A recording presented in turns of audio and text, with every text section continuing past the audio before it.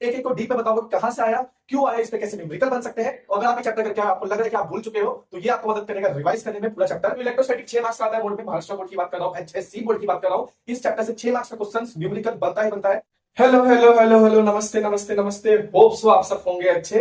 तो मैं आ गया हूं महाराष्ट्र बोर्ड का क्लास 12 का इलेक्ट्रोस्टैटिक चैप्टर लेके, इसका रिवीजन कैप्सूल लेके। तो अगर आपने ये चैप्टर पहले किया है, आपको लग रहा है कि मैं भूल जा रहा हूं, तो ये कैप्सूल आपको उसको ब्रशअप कराने में मदद करेगा। मैं यहाँ पे सारे कॉन्सेप्ट और सारे फॉर्मूले इलेक्ट्रोस्टैटिक्स के लिखे रखा हूं, एक एक को डीप में बताऊंगा कि कहां से आया, क्यों आया, इस पे कैसे न्यूमेरिकल बन सकते हैं। तो सारी बातें यहाँ पे इलेक्ट्रोस्टैटिक की करेंगे एक रिवीजन फॉर्म में। तो अगर आप ये चैप्टर करके आपको लग रहा है कि आप भूल चुके हो तो ये आपको मदद करेगा रिवाइज करने में पूरा चैप्टर। और अगर आपको ऐसे रिवीजन कैप्सूल्स और चाहिए तो आप कमेंट बॉक्स में बता सकते हो चाहिए कि नहीं चाहिए। इस चैप्टर के इस वीडियो से कुछ भी डाउट रहे वो भी आप कमेंट बॉक्स में कर सकते हो।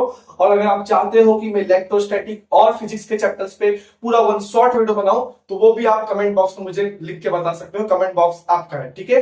तो बिना समय जाए किए इलेक्ट्रोस्टैटिक ये चैप्टर का रिवीजन कैप्सूल को शुरुआत करते हैं, ठीक है। तो इलेक्ट्रोस्टैटिक 6 मार्क्स का आता है बोर्ड में, महाराष्ट्र बोर्ड की बात कर रहा हूं, एचएससी बोर्ड की बात कर रहा हूं।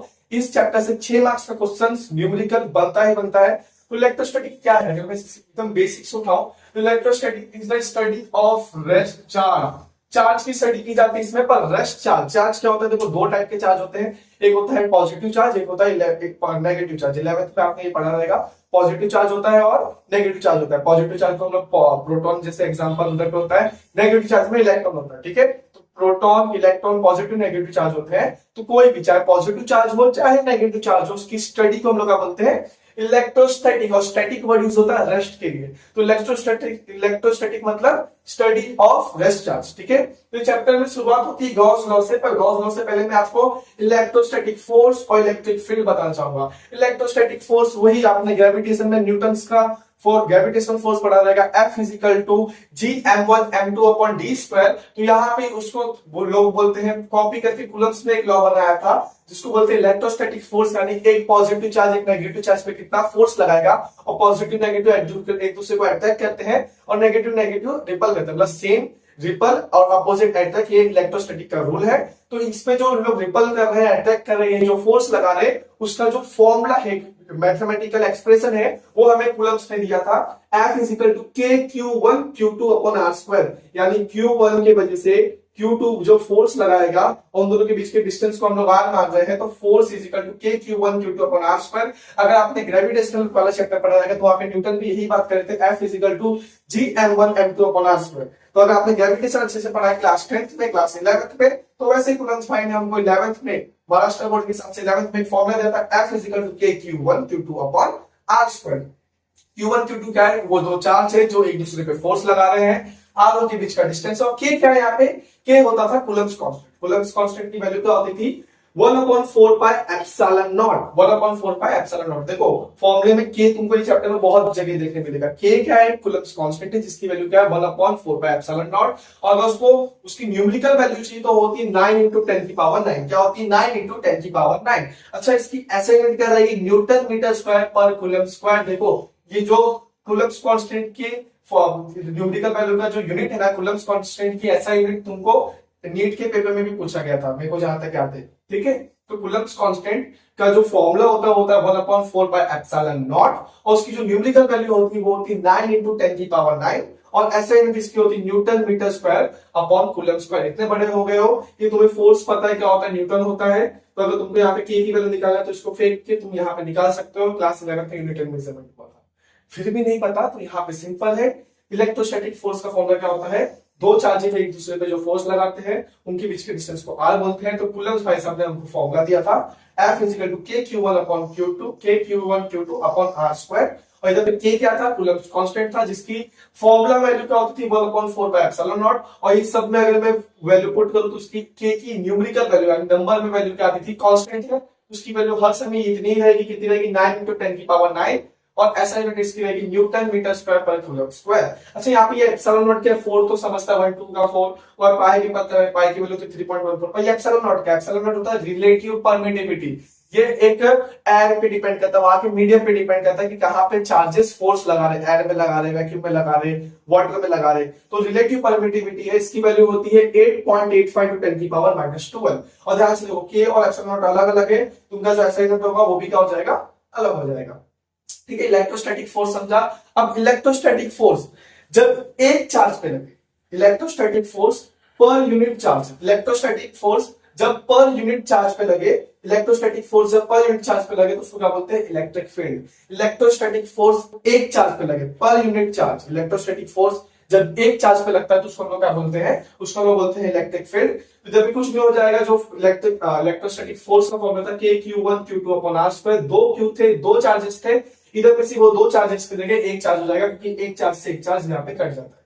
ठीक है, फोर्स पर यूनिट चार्ज। तो इलेक्ट्रिक फील्ड का फॉर्मूला क्या रहेगा, KQ अपॉन R², और इलेक्ट्रोस्टैटिक फोर्स का फॉर्मूला क्या रहेगा, KQ² अपॉन R²। ठीक है, KQ² अपॉन R², और इलेक्ट्रिक फील्ड का फॉर्मूला क्या रहेगा, KQ upon R², KQ upon R²। क्योंकि यहाँ पे फोर्स पर यूनिट चार्ज रहेगा, फोर्स पे अगर एक क्यू से डिवाइड करेंगे तो क्यू से क्यू कट जाता है, इसलिए इलेक्ट्रिक फील्ड में सिर्फ एक क्यू आता है। इसकी ऐसा यूनिट की बात की जाए तो इधर पे देखो, ऊपर फोर्स से नीचे चार्ज है, ऊपर फोर्स से नीचे चार्ज है, तो न्यूटन पर कूलम रहेगी इलेक्ट्रिक फील्ड की यूनिट। तो इलेक्ट्रिक फील्ड क्या होता है, force per unit charge. Electrostatic force जो मैं कूलम में दिया था, कहता था फोर्स इज इक्वल टू के Q1 Q2 अपॉन R²। के होता है कूलम्स कांस्टेंट, जिसका फॉर्मूला वैल्यू होता है 1/4 पाई एप्सिलॉन नॉट।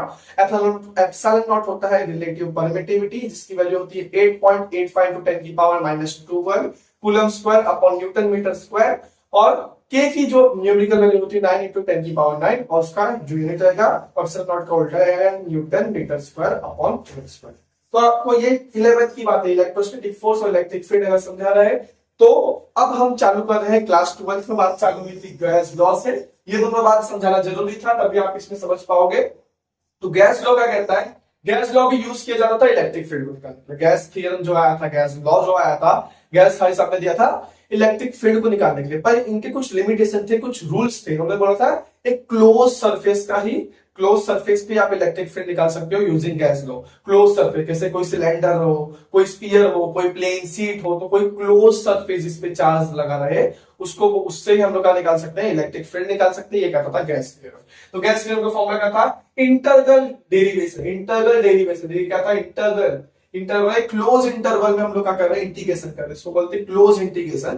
तो क्लोज इंटरवल में हम लोग इंटीग्रेशन करते हैं। इंटीग्रेशन क्या काम करता है, जोड़ने का काम करता है, पर एक क्लोज इंटरवल में हम लोग क्या कर रहे हैं, जोड़ने का काम कर रहे हैं। तो इसको हम लोग क्या बोलेंगे, गैस लॉ। गैस लॉ कहता था कि electric field per unit into area क्या होता था, charge enclose, charge enclose upon epsilon not. Flux की बात होती थी, यहाँ पे देखो, अगर अच्छे से फॉर्मूला में देखोगे, इलेक्ट्रिक फील्ड इनटू एरिया, और यहाँ पे फ्लक्स है। फ्लक्स क्या होता था, एक पर्टिकुलर एरिया, जैसे कि मेरे हाथ की एरिया है, तो मेरे एक पर्टिकुलर एरिया से कितनी इलेक्ट्रिक फील्ड जा रही है, मेरे पर्टिकुलर हाथ के एरिया से कितनी इलेक्ट्रिक फील्ड जा रही है। तो फ्लक्स क्या होता था, फ्लक्स होता था इलेक्ट्रिक फील्ड इनटू एरिया। तो ये क्या बोलता था, गैस लॉ क्या कहता था कि एक फ्लक्स में चेंज जो हो रहा है वो क्या प्रोड्यूस करेगा, इलेक्ट्रिक फील्ड प्रोड्यूस करेगा। कैसे पता चलेंगे इलेक्ट्रिक फील्ड कितना है, चार्ज कितना एनक्लोज है उस कंडक्टर में, जिसके पे हम निकाल, उसमें चार्ज कितना एनक्लोज है अपॉन एप्सिलॉन नॉट। तो ये क्या, यही फ्लक्स का फॉर्मूला है। तो फ्लक्स में चेंजेस होंगे, कैसे पता चलेंगे कि एक पर्टिकुलर एनक्लोज फिगर में, एनक्लोज सब्सटेंस के अंदर कितना चार्जेस में चेंजेस हो रहा है, डिवाइड बाय एप्सिलॉन नॉट। तो ये था अपना गैस लॉ। इसके वजह से हम लोग ने ये सारे सब्सटेंस में, सारे फिगर्स में हम लोग ने इलेक्ट्रिक फील्ड निकाला था। तो गैस लॉ सिंपल होता है, फ्लक्स में चेंज, Q इंक्लोज, देखो ये जो Q है, Q यानी चार्ज एनक्लोज, सरफेस के अंदर का चार्ज, सरफेस के बाहर का चार्ज नहीं, सरफेस के अंदर जितना चार्ज एनक्लोज है उसके अंदर, डिवाइड बाय एप्सिलॉन नॉट। और एप्सिलॉन नॉट की वैल्यू आपको पता है 8.85 इंटू 10 की पावर -12। तो ये क्या कहता था gas law, enclose integration of flux, ये क्या था E इंटू ds। ds क्या है, एरिया, चेंज इन एरिया। फ्लक्स कब होता है, फ्लक्स में चेंज कब होता है, जब एरिया में चेंज हो गया। इलेक्ट्रिक फील्ड मेरा हाथ एरिया है, ये दीवार एक बोर्ड एक एरिया है, तो बोर्ड में से इलेक्ट्रिक फील्ड कितना आ रही है उसका बोलेंगे फ्लक्स। तो electric field into area, electric field into area क्या होता है, इलेक्ट्रिक फ्लक्स होता है। और इस तरह से हम लोग इलेक्ट्रिक फील्ड निकाल सकते हैं। तो चेंज इन इलेक्ट्रिक फ्लक्स कितना होता है, charge enclose upon epsilon not, charge enclose upon epsilon not. तो इसकी मदद से हम लोग अपने टेक्स्ट बुक में स्टार्टिंग में 1 2 3 डेरिवेशन दिए हैं, 1 2 3 डेरिवेशन दिए। पहला दिया है सर्कुलर क्लोज सिलेंडर के लिए, क्लोज सिलेंडर के लिए दिया है, देखो ऐसा क्लोज सिलेंडर के लिए दिया है।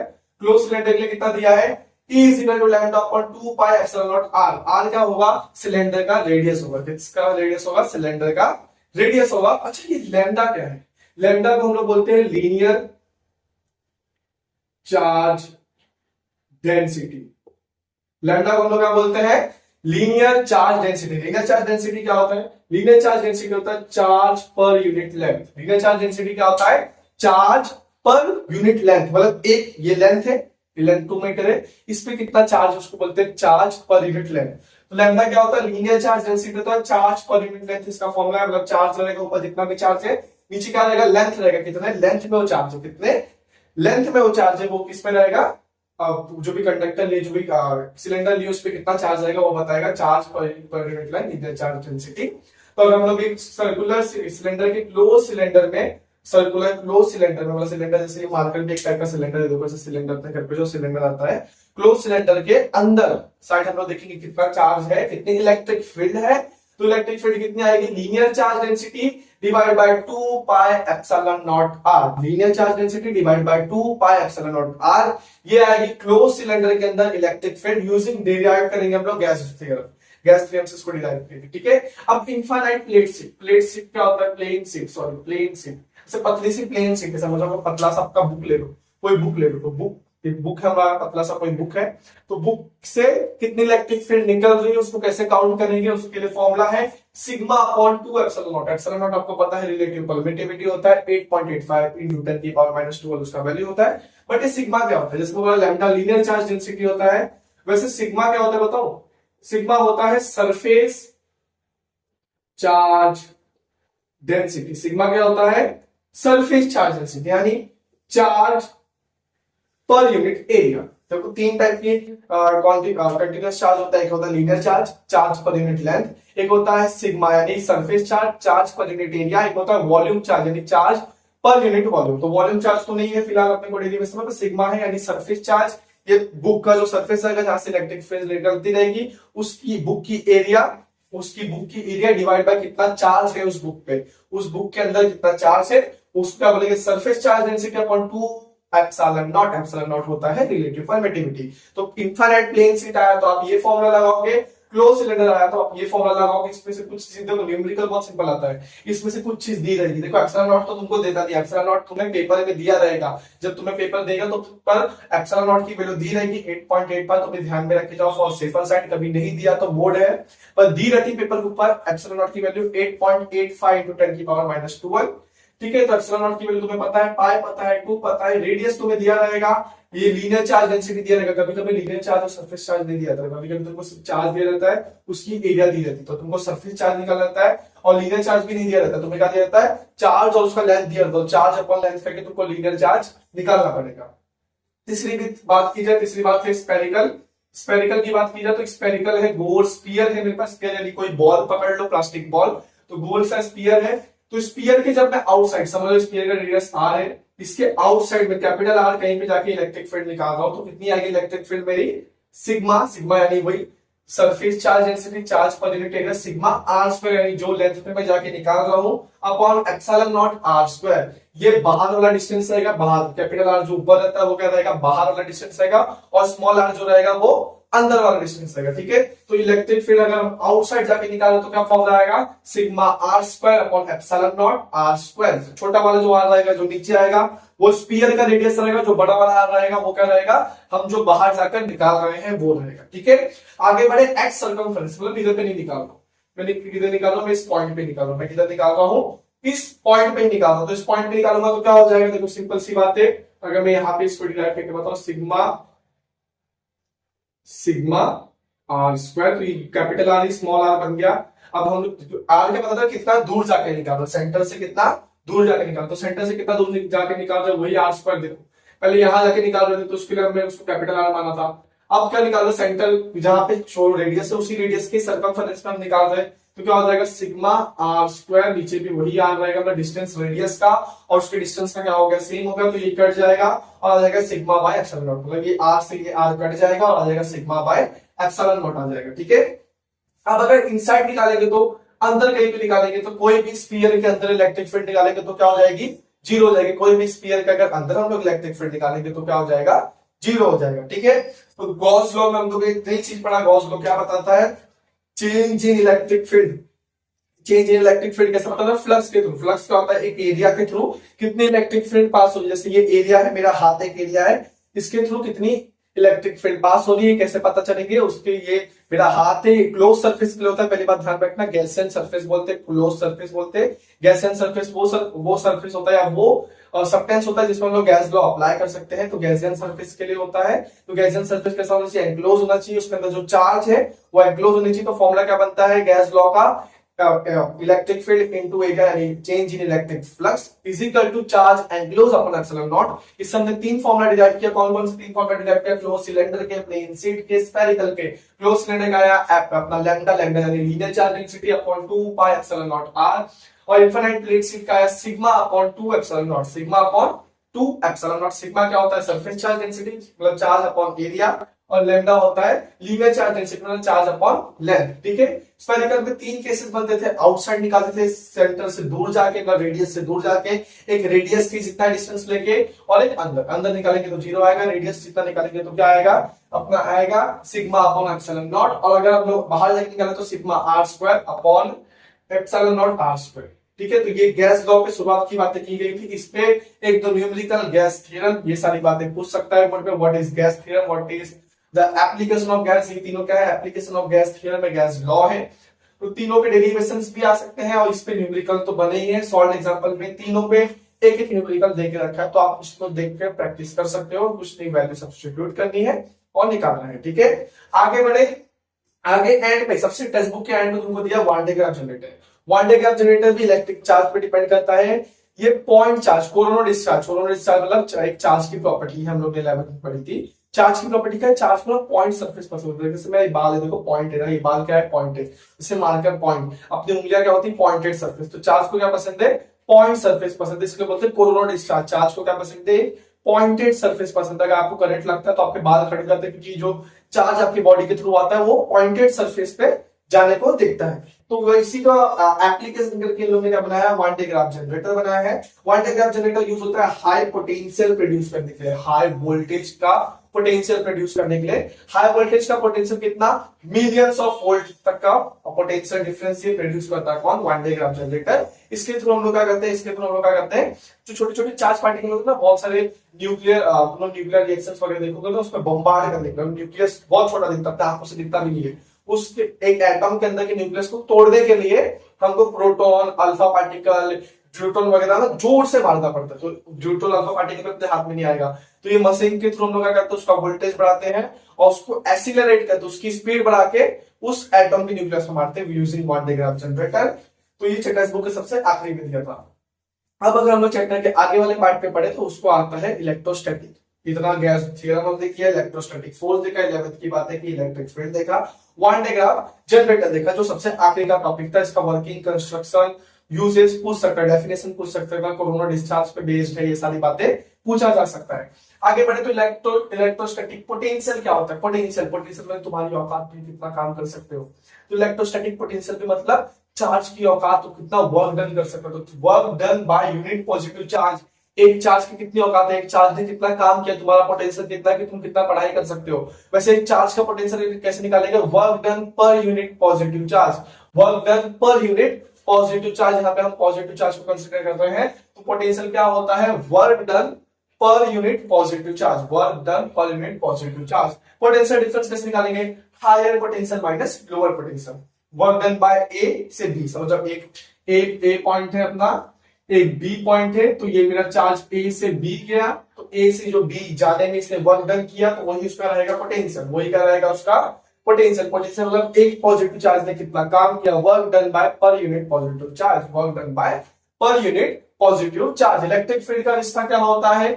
इलेक्ट्रिक पोटेंशियल के साथ उसने कितना काम किया, उससे इलेक्ट्रिक फील्ड से क्या हम रिलेशन बता सकते हैं, रिश्ता बता सकते हैं। तो इलेक्ट्रिक फील्ड का अगर हम रिश्ता बताना इलेक्ट्रोस्टैटिक पोटेंशियल के साथ, तो क्या रहेगा? Electric field is equal to change in electrostatic potential, मतलब change in potential upon change in displacement. कितना भाई उसने पोटेंशियल एनर्जी अपनी चेंज की, पोटेंशियल चेंज किया, पोटेंशियल एनर्जी वर्ड यूज करना गलत है।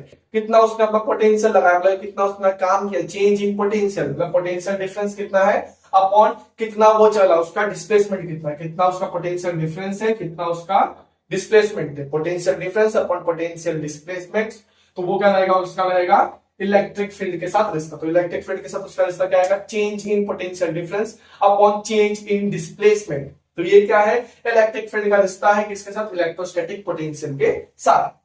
अब इलेक्ट्रोस्टैटिक पोटेंशियल एक पॉइंट चार्ज के वजह से कितना होता है, देखो तुमको एक बहुत भारी हिस्सा बताऊं। हमने सबसे पहले कूलम्ब्स लॉ देखा, मतलब इलेक्ट्रोस्टैटिक फोर्स देखा होगा था के Q1 Q2 था। तो अगर मैं Q1 और Q2 को सेम मान लूं, दोनों को सेम मान लूं, तो Q इंटू Q का हो जाएगा Q स्क्वायर।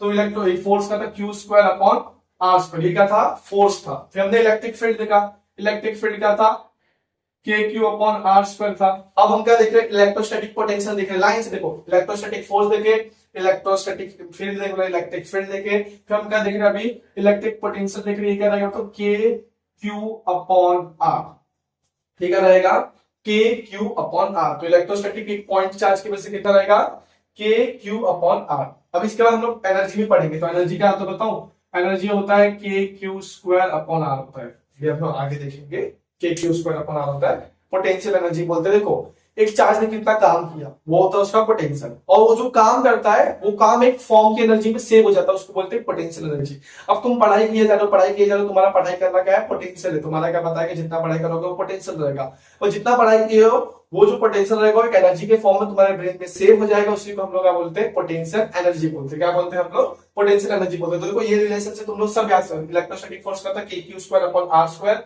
इलेक्ट्रिक फील्ड का था k q upon r square, और पोटेंशियल कितना होता है के क्यू अपॉन आर, और electro potential energy, electrostatic potential energy कितना होता है k q square upon are. देखो इधर पे दोनों का स्क्वायर, इधर पे एक का स्क्वायर नहीं, एक का स्क्वायर, इधर पे दोनों का स्क्वायर नहीं, इधर ऊपर वाले का स्क्वायर, नीचे वाले का। देखो ना, एक तुमको सीक्वेंस देखने मिलेगा यहाँ पे, इन सब के बीच में, इन सब के बीच में तुम्हें क्या देखने मिलेगा, एक सीक्वेंस देखने को मिलेगा, ठीक है।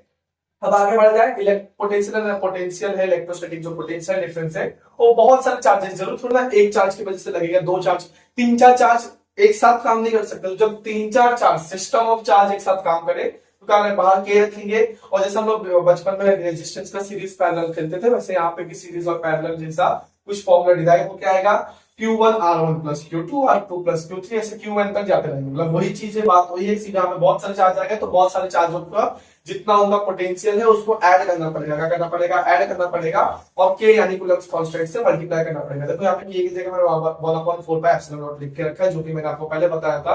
के की वैल्यू क्या होती है, 1/4 पाई एप्सिलॉन नॉट होती है, के की वैल्यू क्या होती है, 1/4 पाई एप्सिलॉन नॉट होती है। अब potential difference due to any charge on electric dipole.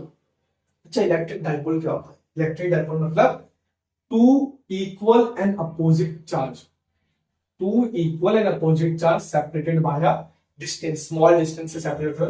इसको हम लोग क्या मानते हैं, एल और एल। इसको हम लोग क्या लिखते थे, पी लिखते थे, इसको हम लोग क्या लिखते थे, पी लिखते थे, क्या लिखते थे, इसको हम लोग पी लिखते थे। तो p is equal to 2L into q होता था। इलेक्ट्रिक डाइपोल क्या होता है, दो इक्वल चार्ज होता है, मतलब ये भी दो कूलम का, ये भी दो कूलम का। कूलम क्या होता है, कूलम चार्ज की यूनिट होती है।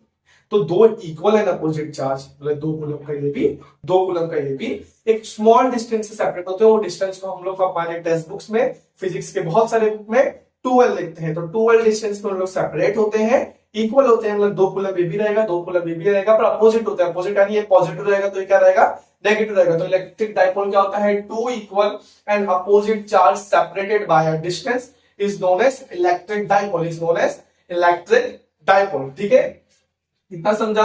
अब आगे बढ़ा जाए, आगे बढ़े, इलेक्ट्रिक पोटेंशियल एनर्जी मैंने बताया कि तुम्हारा जो पोटेंशियल होता है, मतलब तुमने जितना एक चार्ज है, तुमने एक चार्ज में सिंपली तुम्हारा एग्जांपल लेकर बताओ, तुमने जितना काम किया, तुमने जितना पढ़ाई किया, ये था तुम्हारा पोटेंशियल।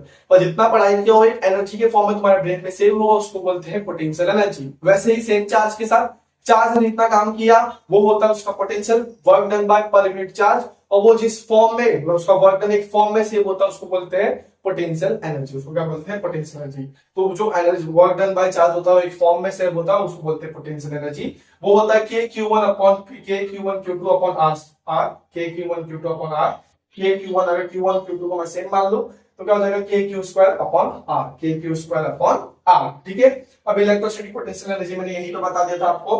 अब यहाँ पे बोला है potential energy due to electric dipole in uniform electric field. Electric dipole को यूनिफॉर्म इलेक्ट्रिक फील्ड, मतलब सारी इलेक्ट्रिक फील्ड ऐसे यूनिफॉर्मली जा रही है, सारी इलेक्ट्रिक फील्ड ऐसे यूनिफॉर्मली जा रही है। बीच में एक डाइपोल रख दिया मैंने, ठीक है, तो उसपे पोटेंशियल एनर्जी कितनी लगी, potential energy to electric dipole in uniform electric field, तो डायपोल पे कितने, इस डायपोल कितना पोटेंशियल एनर्जी बना लेगा, वो कैसे निकालेंगे, पीई, पी क्या होता है, इलेक्ट्रिक डायपोल, पी क्या होता है, electric dipole, p is equal to 2L into q, ये फॉर्मूला है पी का, और ई क्या है, इलेक्ट्रिक फील्ड है, जो यूनिफॉर्म इलेक्ट्रिक फील्ड है, और इधर पे इनका डॉट प्रोडक्ट हो रहा है, लास्ट टाइम तुमने डॉट प्रोडक्ट और क्रॉस प्रोडक्ट पढ़ा था, क्रॉस प्रोडक्ट में हम लोग का मतलब ए क्रॉस बी करते हैं तो ए बी साइन थीटा आ जाता है, ए डॉट बी करते हैं तो ए बी कॉस थीटा आ जाता है, तो यहाँ पे पी डॉट ई किया था तो पीई कॉस थीटा आ गया, यहाँ पे माइनस चार्ज क्यों ली है, कि पोटेंशियल एनर्जी का डायरेक्शन कहीं और रहेगा, और पी जो डायपोल मूवमेंट है और इलेक्ट्रिक फील्ड उसका डायरेक्शन कहीं और रहेगा, इसलिए हमने यहाँ पे कर लिया नेगेटिव साइन को डिनोट किया। इतनी बात समझी, यहाँ पे electrostatic potential, electrostatic force, electric field, gas law और इलेक्ट्रोस्टैटिक पोटेंशियल एनर्जी समाप्त होता है। अब आगे हम बात करेंगे डाइलेक्ट्रिक्स। डाइलेक्ट्रिक्स क्या होता है, डायपोल मोमेंट जिनके पास हो, समझ लो इलेक्ट्रिक फील्ड दिया तो उनके पास क्या आता है, डायपोल मोमेंट आता है, मेरे अंदर, मेरे पास इलेक्ट्रिक फील्ड पास की तो मेरे अंदर आएगा डायपोल मोमेंट, जिसके पास डायपोल मोमेंट हो, इलेक्ट्रिक फील्ड को हटाने के बाद, पहले इलेक्ट्रिक फील्ड दिए उसके अंदर डायपोल मोमेंट आया, इलेक्ट्रिक फील्ड को हटा दिए, फिर भी उसके अंदर डायपोल मोमेंट रहा तो उसको बोलेंगे पोलर डाइलेक्ट्रिक, क्या बोलेंगे, पोलर डाइलेक्ट्रिक। इसके पास क्या होता है, परमानेंट डायपोल मोमेंट होता है, मतलब उसको जब भी देखोगे तो उसके पास डायपोल मोमेंट पड़ा रहेगा। तो एग्जांपल के लिए HCl H2O alcohol NH3, HCl यानी हाइड्रोक्लोरिक एसिड, H2O यानी जो पानी, तुम पानी पीते हो, NH3 अमोनिया और अल्कोहल, ये सारे जो सब्सटेंस है तुमने polar dielectric, polar substance, non polar substance तुमने केमिस्ट्री में भी पढ़ा रहेगा। तो पोलर डाइलेक्ट्रिक उनको बोलते हैं जिनके पास क्या रहे, परमानेंट डायपोल मोमेंट रहे, क्या रहे उनके पास, परमानेंट डायपोल मोमेंट रहे, जैसे हाइड्रोक्लोरिक एसिड, H2O यानी पानी, अल्कोहल, NH3। तो इसके ऊपर डिस्टिंग्विश करके आ सकता है, इसका डायग्राम पे टेक्स्ट बुक में दिया है, पोलर डाइलेक्ट्रिक्स कैसा दिखता है, नॉन पोलर डाइलेक्ट्रिक्स कैसा दिखता है, तो आप टेक्स्ट बुक खोल के देख सकते हो। नॉन पोलर डाइलेक्ट्रिक्स उसको बोलते हैं जो नॉर्मल स्टेट में उसके पास डायपोल मोमेंट नहीं रहता, पोलर उसको बोलेंगे जिसके पास परमानेंट डायपोल मोमेंट है, नॉन पोलर उसको बोलेंगे जिसके पास डायपोल मोमेंट ही ना है, ठीक है। अब डाइलेक्ट्रिक्स वाला पार्ट खत्म हो गया, इसके ऊपर डिस्टिंग्विश आ सकता है, इसके एग्जांपल्स पूछ सकता है एमसीक्यूज में कि बताओ which of the following is dipole, sorry polar dielectrics, which of the following is non polar dielectrics, और एमसीक्यूज में चार ऑप्शन दे रहेंगे, तो एग्जांपल्स भी तुम्हें ध्यान में रखना जरूरी है। नॉन पोलर डाइलेक्ट्रिक्स के एग्जांपल है H2, N2, O2, CO2, benzene, and methane, ठीक है। तो ये सारे पोलर और नॉन पोलर डाइलेक्ट्रिक्स के एग्जांपल्स हैं। अब ये चैप्टर ना एक दो पार्ट में डिवाइड है, इलेक्ट्रोस्टैटिक पोटेंशियल, पोटेंशियल एनर्जी और कैपेसिटर। कैपेसिटर एक नया ही टॉपिक बन जाता है। कैपेसिटर क्या होता है, दो प्लेट होती है, उसमें लोग क्या करते हैं, उसको डाइलेक्ट्रिक्स फॉर्म में क्या करते हैं, एक की तरफ पॉजिटिव चार्ज, एक की तरफ नेगेटिव चार्ज, और उनके बीच से इलेक्ट्रिक फील्ड पास कराते हैं, तो वहां पे कैपेसिटर बनते हैं, इधर पॉजिटिव चार्ज होता है, इधर पे नेगेटिव चार्ज होता है। तो कैपेसिटेंस क्या होता है, कैपेसिटर क्या होता है, कैपेसिटेंस मतलब एक कंडक्टर की एबिलिटी चार्ज को स्टोर करने की। जैसे फॉर एग्जांपल मैं एक सब्सटेंस हूं या मैं एक कंडक्टर हूं, तो मेरे अंदर कितने चार्ज स्टोर है उसको क्या बोलेंगे, मेरा कैपेसिटेंस। तो कोई भी एक कंडक्टर की, जैसे ये मार्कर की, ये फोन की, ये कैमरा की, एक कैपेसिटी चार्ज को स्टोर करने की, उसको क्या बोलेंगे हम लोग, कैपेसिटेंस। तो कैपेसिटर का फॉर्मूला क्या होता है, चार्ज अपॉन पोटेंशियल, कितना चार्ज वो अपने अंदर रख पा रहा है। तो चार्ज अपॉन पोटेंशियल, तो चार्ज की यूनिट होती है कूलम, और पोटेंशियल की यहाँ पे बताया नहीं था, पोटेंशियल, इलेक्ट्रिक पोटेंशियल की यूनिट क्या होती है, इलेक्ट्रिक पोटेंशियल की यूनिट होती है वोल्ट। तुमने बैटरी वगैरह में देखा रहेगा, कितने वोल्ट की बैटरी है, उतने वोल्ट की बैटरी है। तो कैपेसिटर क्या होता है, चार्ज पर यूनिट वोल्ट यानी पोटेंशियल डिफरेंस, और चार्ज की यूनिट होती है कूलम, और वोल्ट की यूनिट होती है वोल्ट। तो चार्ज पर वोल्ट हम नहीं बोलते हैं, कैपेसिटर के लिए एक नई यूनिट बन जाती है जिसको हम लोग क्या बोलते हैं, फराड। कैपेसिटर की यूनिट क्या होती है, फराड। उसका डायमेंशन क्या होता है, M-1 L-2 T4A की पावर 2। तो ये डायमेंशन है, ये उसकी यूनिट है।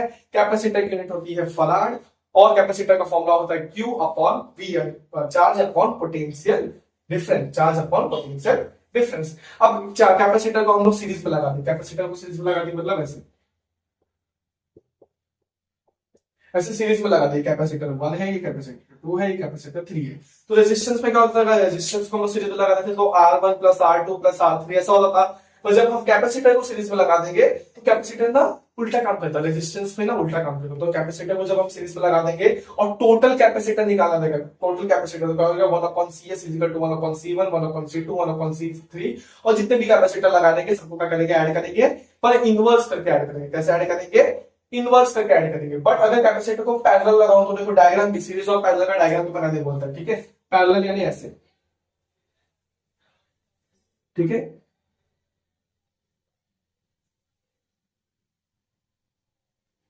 ठीक है, ऐसे कुछ पैरेलल में लगाऊं तो इसको अगर मैं पैरेलल में लगाऊंगा तो क्या होगा, लोग डायरेक्ट ऐड करोगे 1 plus 2 plus 3 plus 4 plus 5 n तक। तो जब पैरेलल में लगाऊंगा तो C1 plus C2 plus C3 plus dot dot dot Cn direct add करोगे, लीनियरली ऐड करोगे। बट अगर इसको सीरीज में लगाऊंगा तो इसको इनवर्स करके ऐड करोगे। जब इसको मैं सीरीज में लगाऊंगा तो कैसे ऐड करोगे, इनवर्स करके तुम इसको ऐड करोगे। अब कैपेसिटर देखो, कैपेसिटर होता है ना, ये कैपेसिटर, इसका फॉर्मूला तो Q बाय V होता है। तो इसको हम लोग ना दो फॉर्म में देखते हैं, बीच में डाइलेक्ट्रिक डाल देंगे, डाइलेक्ट्रिक हम लोग ऊपर देख रहे हैं, डायलेक्ट्रिक पोलर या नॉन पोलर, बीच में कुछ मटेरियल डाल देंगे, कुछ सब्सटेंस डाल देंगे टी लेंथ का। और डी क्या होता है, डी होता है पूरे डायलेक्ट्रिक, दोनों प्लेट के बीच के डिस्टेंस को हम डी बोलते हैं। और बीच में जो सब्सटेंस डाले हैं उसको हम, जो डाइलेक्ट्रिक सब्सटेंस उसको बोलते हैं टी। तो कैपेसिटर विदाउट डाइलेक्ट्रिक हो सकता है, मतलब ये टी रहेगा ही नहीं। तो फिर फॉर्मूला क्या बनता है कैपेसिटर का, के यानी कूलम्ब्स कांस्टेंट, एप्सिलॉन नॉट तुम्हें पता है रिलेटिव परमिटिविटी, इसकी वैल्यू होती है 8.85 10 की पावर -12। और ए यानी एरिया, इसकी प्लेट की एरिया, ये प्लेट खड़ा मेरे समझो, ये दोनों हाथ क्या है, कैपेसिटर की मेरी प्लेट है। तो ये प्लेट की एरिया, ये प्लेट की एरिया, डी क्या है मेरे दोनों हाथों के बीच का डिस्टेंस है, डी क्या है मेरे दोनों हाथों के बीच का डिस्टेंस है। और उधर पे एप्सिलॉन नॉट और के क्या है, कांस्टेंट है, के कूलम्ब्स कांस्टेंट है, एप्सिलॉन नॉट क्या है, रिलेटिव परमिटिविटी। ठीक है, जब ये बात कब है, जब डाइलेक्ट्रिक मैंने नहीं डाला, पर जब मैंने डाइलेक्ट्रिक डाल दिया, विद डाइलेक्ट्रिक की बात की जाए तो बीच में जब मैंने डाइलेक्ट्रिक डाल दिया, कितने लेंथ का, टी लेंथ का, तो इसका फॉर्मूला बदल जाता है। देखो इन दोनों पे डेरिवेशन है, डेरिवेशन तो यहाँ पे भी बहुत चीजों पे है, पर मैं इसमें सिर्फ फॉर्मूला पे बात कर रहा हूँ, कॉन्सेप्ट पे बात कर रहा हूँ। अगर आप चाहते हो कि मैं इस पे full flash one shot video बनाऊं तो आप कमेंट करके जरूर बताना, मैं बहुत जल्द कोशिश करूंगा पूरे पीवाई की पूरे डेरिवेशन के साथ इस पे वन शॉट वीडियो बनाने के लिए। तो मैंने यहाँ पे क्या डाला, डायलेक्ट्रिक डाला, बीच में डायलेक्ट्रिक डाला तो इसका फॉर्मूला बदल जाता है, बीच में डायलेक्ट्रिक का ए अपॉन एप्सिलॉन नॉट, ए यानी एरिया, बी में प्लेट की एरिया की बात हो रही है, एप्सिलॉन नॉट यानी रिलेटिव परमिटिविटी, और नीचे का हो जाएगा ये डी में से, ये पूरा डिस्टेंस डी था, डी में से इस टी को माइनस करेंगे और टी अपॉन के टी अपॉन के, ठीक है, टी अपॉन के यहाँ पे क्या होता है, डाइलेक्ट्रिक कांस्टेंट होता है, यहाँ पे कूलम्ब्स कांस्टेंट में बोल होता, बट यहाँ पे के क्या होता है, डाइलेक्ट्रिक कांस्टेंट होता है। के क्या होता है, जो डाइलेक्ट्रिक की वैल्यू है, मीडियम की वैल्यू कांस्टेंट होता है। ठीक है, के क्या बताता है, मीडियम की वैल्यू बताता है। ठीक है, तो अगर मैं बीच में डाइलेक्ट्रिक डाल दे रहा हूं तो यहाँ पे विद डाइलेक्ट्रिक हम लोग सी, हम लोग क्या लिखते हैं, सी लिखते हैं, और विदाउट डाइलेक्ट्रिक हम लोग सी नॉट लिखते हैं। जब डाइलेक्ट्रिक नहीं डाला तो सी नॉट लिखे, जब डाइलेक्ट्रिक डाल दिए तो क्या लिखे हमने, सी लिखा, हमने क्या लिखा, सी बस सिर्फ सी लिखा। तो डाइलेक्ट्रिक डालने के बाद क्या होता है, कैपेसिटर इंक्रीज होता है, क्या होता है, कैपेसिटेंस इंक्रीज होता है ना। ये पहले डाइलेक्ट्रिक डालने के बाद होगा सी, और डाइलेक्ट्रिक डालने के पहले सी में के मल्टीप्लाई होता है, डाइलेक्ट्रिक अगर मैं घुसा रहा हूं तो कैपेसिटर क्या होगा, कैपेसिटेंस क्या होगा, इंक्रीज होगा। एक बात दिमाग में ध्यान में रख लो कि जब भी मैं दो कैपेसिटर के बीच में डाइलेक्ट्रिक डालता हूं तो वो मल्टीप्लाई होता है, कोई भी चीज मल्टीप्लाई होती है तो क्या होती है, चीज इंक्रीज होती है, और कोई भी चीज डिवाइड होती है तो क्या होती है, डिक्रीज होती है। तो डाइलेक्ट्रिक डालने की वजह से, जिसमें डाइलेक्ट्रिक नहीं था जो कैपेसिटर के बीच में, उसमें मैं कोई भी डाइलेक्ट्रिक डाला तो कैपेसिटर क्या होगा, इंक्रीज होगा, उसकी कैपेसिटर की वैल्यू क्या होगी, इंक्रीज होगी डाइलेक्ट्रिक डालने के बाद। ये एमसीक्यूज में पूछ सकता है कि डाइलेक्ट्रिक डालने के बाद कैपेसिटर की वैल्यू क्या होगी, रिमेन सेम, इंक्रीजेस, डिक्रीजेस या डज नॉट अफेक्ट, तो तुम क्या बोलोगे, इंक्रीज होगी। क्या होगी, डाइलेक्ट्रिक डालोगे कैपेसिटर के बीच में तो उसकी वैल्यू क्या होगी, इंक्रीज होगी। ठीक है, टाइप्स ऑफ कैपेसिटर की बात करो, कितने टाइप्स के कैपेसिटर होते हैं, तो पैरेलल होता है, जो हमने यहाँ पे देख लिया पैरेलल, ऐसे पैरेलल होता है। साइक्लिक स्फेरिकल फॉर्म में भी कैपेसिटर होता है, स्फेरिकल फॉर्म में, उसमें छोटे वाले रेडियस को हम लोग ए बोलते हैं, बड़े वाले रेडियस को हम लोग बी माने फॉर्मूले में। इसका डेरिवेशन नहीं है, सिर्फ हमको पैरेलल वाले का डेरिवेशन है अपने टेक्स्ट बुक में, स्पेरिकल वाले का नहीं, सिर्फ फॉर्मूला देख के रखा है पिंक कलर के डू यू नो बॉक्स में। तो स्पेरिकल टाइप के कैपेसिटर्स भी होते हैं, उसमें छोटे वाले रेडियस को हम लोग ए बोलते हैं और बड़े वाले रेडियस को हम लोग क्या बोलते हैं, बी बोलते हैं।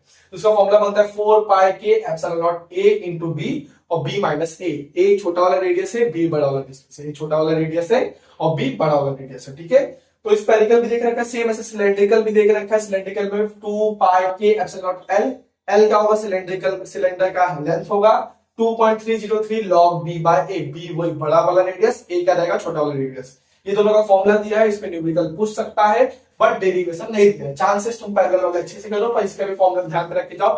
पेपर अगर घुमा के न्यूमेरिकल दिया तो उसपे दे सकता है, कुछ नहीं, a रहेगा छोटा वाला रेडियस, b रहेगा बड़ा वाला रेडियस, और सिलेंडर की बात की जाए तो l का रहेगा उसका लेंथ रहेगा। अब देखो कैपेसिटर जब काम करता है ना, कैपेसिटर भी वर्क करता है, तो कैपेसिटर चार्ज ट्रांसफर हो रहा है, इलेक्ट्रिक फील्ड हो रहा है, तो कैपेसिटर जब काम करेगा ना तो क्या करेगा, वो एनर्जी स्टोर करेगा। कैपेसिटर जब काम करता है, वर्क करता है, तो अपने अंदर क्या करता है, उसका जो पोटेंशियल होता है उसमें से क्या करता है, एक एनर्जी स्टोर करता है अपने अंदर। तो कैपेसिटर के अंदर भी एनर्जी कितनी स्टोर होती है, इसका भी डेरिवेशन है जो कि इंपॉर्टेंट है। तो मैं डायरेक्ट फॉर्मूला लिखा हूं, half Q square upon charge, sorry half Q square upon capacitor, half Q square upon capacitance, या तो इसके तीन फॉर्मूले हैं, डिपेंड करता है तुमको दिया क्या है। अगर तुमको चार्ज और कैपेसिटर की वैल्यू दी तो तुम पहला वाला लगाओ, अगर तुमको चार्ज और पोटेंशियल डिफरेंस की वैल्यू दी है तो तुम दूसरा वाला लगाओ, अगर तुमको कैपेसिटर और पोटेंशियल की दी है तो तुम तीसरा वाला लगाओ। देखो इसको कब लगाओगे, इसको तुम लगाओगे जब तुम्हें पोटेंशियल डिफरेंस ना दे रहे, पोटेंशियल ना दे रहा है तो चार्ज और कैपेसिटर दे रहा है तो तुम पहला लगाओगे। अगर तुमको यहाँ पे समझ जाओ ये नहीं दिया कैपेसिटर नहीं दिया तो तुम चार्ज और पोटेंशियल वाला लगाओगे, और यहाँ पे अगर तुमको ये नहीं दिया है क्या नहीं दिया चार्ज दिया तो तीसरा वाला लगाओगे। देखो तीनों में से तुम एक ध्यान में रखोगे ना तो पैरेलल फॉर्मूले से तुम डिराइव कर सकते हो। देखो सारे यहाँ पे बताता हूँ आपको, कहाँ पे बताओ, यहाँ पे बताता हूँ। एक कोई भी फॉर्मूला ध्यान रखो, जैसे मैं एनर्जी स्टोरेज का कैपेसिटर दूसरा वाला फॉर्मूला ध्यान में रख रहा हूँ half q v, half q v ध्यान में रखा। अब देखो यहाँ से तुम कुछ भी डाल सकते हो। अगर तुमको देखो अगर मैं बोल रहा हूँ यहाँ पे क्यू की जगह, देखो क्यू की जगह मैं क्या डाल सकता हूँ, सी भी डाल सकता हूँ। मैं v को वहां भेज दिया मल्टीप्लाई हो गया, इतना तो पता है ना, v वहां जाके मल्टीप्लाई हो जाता है। तो q इज इक्वल टू सी, तो q की जगह क्या डाल सकता हूं मैं, ये u है ना, तो q की जगह क्या डाल सकता हूं, सी भी डाल सकता हूं। q की जगह क्या डालते हैं, सी भी डालते हैं। v और v क्या हो जाएगा, v का स्क्वायर हो जाएगा, क्या हो जाएगा v का स्क्वायर, तो सी बी स्क्वायर बन गया। अब इसमें भी तुम कर सकते हो, देखो इसमें अगर मैं c की जगह क्या डाल सकता हूँ, c की जगह क्या डाल सकता हूँ q बाय v, c की जगह क्या डाल सकता हूँ मैं q बाय v, तो वही करता हूँ। c की जगह क्या डाला, देखो c की जगह मैं q बाय v डाल रहा हूँ, q बाय और इधर पे वी स्क्वायर, तो वी से भी कट गया फिर से वो आ गया। पर अगर मैं ऐसा ना करें कि वी की जगह वी स्क्वायर की जगह वी की जगह क्या डाल सकता हूं मैं, अगर वी की जगह डालना चाहूँ तो मैं क्यू बाय सी डाल सकता हूँ, ठीक है, ताकि वी वहां गया सी यहाँ आया, तो वी की जगह मैं डाल के क्या डाल सकता हूँ, क्यू बाय सी डाल सकता हूँ। तो वी की जगह मैं क्या डालूंगा, क्यू का स्क्वायर अपॉन सी का स्क्वायर, तो सी के स्क्वायर से सी का स्क्वायर कटेगा तो आ जाएगा हाफ क्यू स्क्वायर अपॉन सी, पहला होगा। वही मैं बोल रहा हूँ, इसमें से कोई भी एक ध्यान में रखो, ये रिलेशन ध्यान में रखो, क्यू की जगह सी डाल दो, सी की जगह वी डाल दो, वी की जगह सी क्यू डाल दो। इसमें अगर तुम चेंजेस करके इसमें से कोई भी एक फॉर्मूला ध्यान में रखोगे तुम एनर्जी स्टोर पे जैसे जितने भी न्यूमेरिकल आएंगे वो आप बना सकते हो। तो ये सारी बातें हमने किया, गैस लॉ देखा, गैस लॉ क्या बताता है, इलेक्ट्रिक फ्लक्स के बारे में बताता है, change in electric flux but in the enclosed figure Gaussian surface. फिर उसमें हमने देखा cylinder, plane, spherical shell, outside spherical shell के आउटसाइड, इनसाइड और उसके सर्कमफ्रेंस को भी देखा। इलेक्ट्रोस्टैटिक फोर्स, इलेक्ट्रिक फील्ड की भी बातें की गई। वन डे गैप जनरेटर जो प्रोटॉन न्यूट्रॉन का एसेलरेट करके हाई पोटेंशियल बना के एसिलेट करता है चार्ज पार्टिकल्स को, वो भी हमने देखा। इलेक्ट्रिक पोटेंशियल में बात की कि एक चार्ज कितना काम करता है उसको बोलते हैं इलेक्ट्रोस्टैटिक पोटेंशियल। डाइपोल मूवमेंट भी देखा, इलेक्ट्रिक डाइपोल भी देखा। इलेक्ट्रोस्टैटिक पोटेंशियल एनर्जी भी देखी, पोटेंशियल एनर्जी क्या होता है, एक चार्ज कितना काम करता है उसको बोलते हैं पोटेंशियल, और वही जो काम करता है वो एक फॉर्म की एनर्जी में सेव होता है जिसको बोलते हैं पोटेंशियल एनर्जी, ठीक है। फिर हमने dielectric, polar dielectric, non polar dielectric में देखा। कैपेसिटर देखा कि एक कंडक्टर की चार्ज स्टोर करने की कैपेसिटी को हम क्या बोलते हैं, कैपेसिटर बोलते हैं। फिर कॉम्बिनेशन देखा, सीरीज पे क्या करेंगे, इन्वर्स करके 1/cs equal to 1/c1 plus 1/c2 plus 1/c3 dot dot dot 1/cn, और पैरेलल में रहेगा डायरेक्टली ऐड करके c1 plus c2 plus c3, ठीक है। और हमने एक और बात देखी, without dielectric k epsilon not a upon d रहेगा, with dielectric a epsilon not d minus t plus t upon k। और एक बात और बताया कि कोई भी कैपेसिटर में हम लोग डायलेक्ट्रिक डालेंगे तो उसकी कैपेसिटी क्या होती है, इंक्रीज होती है, ये भी बात मैंने किया। टाइप्स ऑफ कैपेसिटर में पैरेलल, स्फेरिकल, सिलेंड्रिकल दिखाई, दोनों का डेरिवेशन दिस फॉर्मूला है। ए छोटा वाला रेडियस रहेगा, बी बड़ा वाला रेडियस रहेगा। एनर्जी स्टोर होती है वो भी देखा, energy store is equal to half q b, और बाकी जो भी दो फॉर्मूले तुम लोग इधर से रिलेशन देके डाल सकते हो। तो आई होप आपको ये पूरा रिवीजन कैप्सूल समझा रहेगा। आप अगर ये चैप्टर करके आए होगे तो बहुत मजा आ रहा होगा मेरे साथ आपको रिवाइज करने में। 2x पे देखे रहोगे, जो भी स्पीड में आप देखे रहोगे तो आप पूरा 30 मिनट्स, अराउंड कितने मिनट का वीडियो बना मुझे पता नहीं, तो 30 मिनट्स में आप ये पूरा चैप्टर रिवाइज कर ले रहोगे। मैंने एकदम बेसिक से 11th से उठा के पूरा ऊपर तक लेके गया हूं। पर अगर आप चाहते हो कि ये चैप्टर का मैं पूरा एकदम वन शॉर्ट वीडियो बनाऊं जिसमें डेरिवेशन, पीवाईक्यूज हो, तो आप बताओ। और चैप्टर्स कैसे रिवीजन कैप्सूल चाहिए तो आप कमेंट करो। और वीडियो कैसी लगी, समझा, कुछ डाउट है वो भी आप कमेंट में बता सकते हो। तो बहुत बहुत थैंक यू, मिलते हैं ऐसे अगले रिवीजन कैप्सूल और अच्छे अच्छे वीडियोस के साथ, ठीक है। ऑल द वेरी बेस्ट, पढ़ाई करते रहें।